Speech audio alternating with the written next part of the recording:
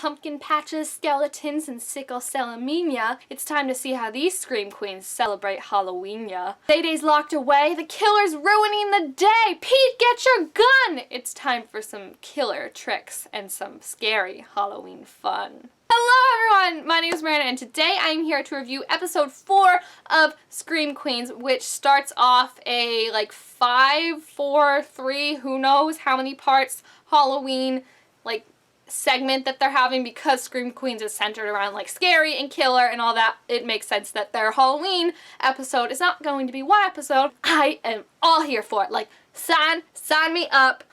Wait, what's that? Oh no! It's the spoiler eagle! If you haven't seen the new episode of Scream Queens and don't want to be spoiled for what happens, go away now!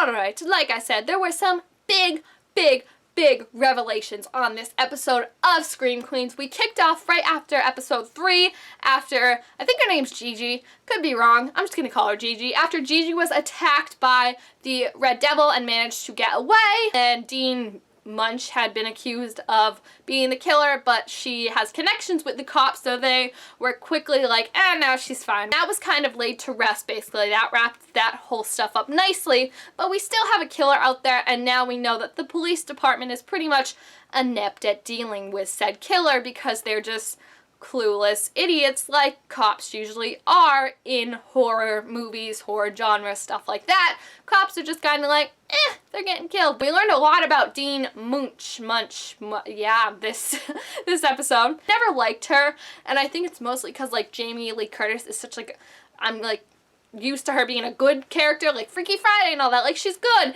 and now she's completely insane because Grace and Pete have been investigating the bathtub baby. They think that this is all connected to the murders that are happening now, and they go to one of the girls who was there that night in the bathroom. She wasn't in the bathtub, that would be creepy because she would be dead, and she tells them that I can't say her name, which was the one who convinced them to bury the body and help them get rid of the evidence, and then told them they need to change their names, move away, quit school, and never talk to each other again. And I found it really interesting as it was happening because even though she was the one that said they needed to bury the body, she never actually touched the body. She made them put hoods on so they didn't know where they were going, but at the same time they were the one that had to dig the hole and then throw the body in there. So basically you can say her hands are literally clean. Yes, she came up with it, she made them do it, but she never touched the body, so had the body ever been found, you could never prove that she was there. It would just be the kids' words against hers. That's why I feel you can't trust her at all. She obviously does not have her students' best interests at heart. She's very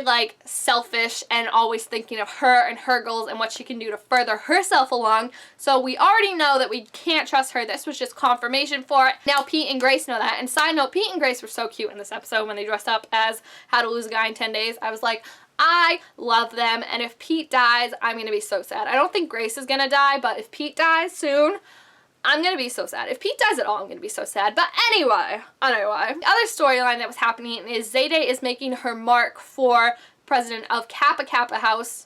Earl Grey convinced her that she needs to throw a haunted house to show that she's a real politician and this isn't just a popularity contest, so they decide to throw it at 53 Shady Lane, which shouldn't be a surprise. It was a very shady place, and Pete and Denise had actually done some research to find out that there was a wailing woman who was this creepy legend of the neighborhood until some kids discovered that she actually does live there, and there were a bunch of toys that she would steal and then bring there. I love that scene when Pete and her were trying to say what they found. They're hey, we both found that, and then they're talking together and they're well, what library were you at? And it was just really funny to see them play off each other, but Pete was so funny in his facial expressions when she was talking. He's yeah, I was oh my gosh, I'm loving Pete more and more, even though I still think he's connected to the killing somehow. We also learned that the baby in the bathtub was a girl, so that makes Grace suspicious that maybe she's the baby in the bathtub, and she kind of went off on her father. I would do it in a more subtle way, but her dad was definitely hiding something from her. You could tell. Considering how he was acting, I don't think she's gonna be the baby in the bathtub because I feel that's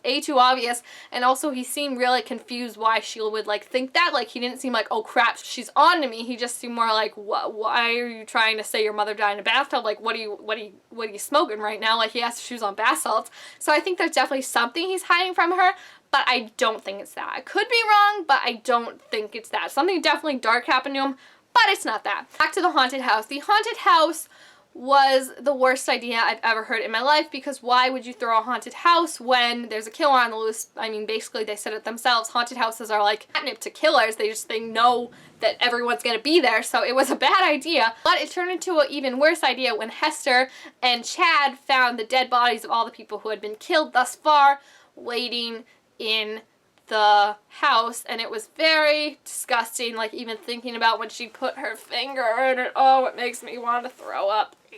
And when Zayday and Grace and Pete and Earl Grey found this out, they tried to call the cops, but the cops didn't believe them. And as Zayday was calling the cops, she was taken by the Red Devil, but not killed, which I think is really interesting. I'm hoping there's like a good reason for her not being killed. I mean, other than she's one of the top billing characters on the show and you're not going to kill her off already. I hope there's like a good reason for why the Red Devil didn't take her. And then our last scene, Grace and Pete had decided that to find out what happened with the baby, they need to find this wailing woman, because she was clearly taking care of the baby for some time. We cut back to 53 Shady Lane, and Gigi, she was there dressed as the Wailing Woman, kind of like rocking back, looking like really deranged and really crazy. I don't think she's the killer. I think that's just, it doesn't make sense why she would be attacked in the last episode, but I do think she was involved with the baby somehow. She took care of the baby, and clearly these killings are connected to the baby. Something happened that someone's trying to take revenge, but at the same time, like, it doesn't make sense. Like, if Gigi took care of the baby, why would someone who's trying to get revenge kill her? Because, like, she cared for the baby? I don't know. But I think that these killings are definitely connected to the baby, and Grace and Pete are definitely on the right track of what's happening with looking into, like, more about what happened with that incident, but it's gonna put them in the crossfire with Dean Munch, and I don't know if that's gonna go down well, because she doesn't seem like she's gonna let anyone ruin her reputation at this point. So it's definitely going to be really interesting, and I feel like this episode, it definitely gave revelations, but it didn't give too much as to who the killer is. I saw a theory online that someone said it could be Chanel 4, who supposedly died from whatever disease she had in the beginning and we never saw her. But other than that, I mean, my theories still remain the same. I definitely think Boone has something to do with it. I think he's one of those Red Devils that are out there. I just have no idea why the Red Devil took Zayday instead of killing her, so I really hope they explain that well. I'm excited to see what's going to happen with the rest of the Halloween episodes, and I'm just hoping, like I said, that Grace and Pete are safe, because those are my two favorite right now. Like, even though Pete is probably the killer, let's be honest, I don't want him to die because they're so cute together. So if you've watched the new episode, please leave all your thoughts and theories about it down below in the comments, and who you think the killer is as of now, and why you think they took Zayday instead of just killing her outright. Thank you guys all so much for watching. Make sure to give this video a thumbs up if you enjoyed it, and subscribe to my channel to be told when I make all sorts of new videos. I will see you next time. Bye!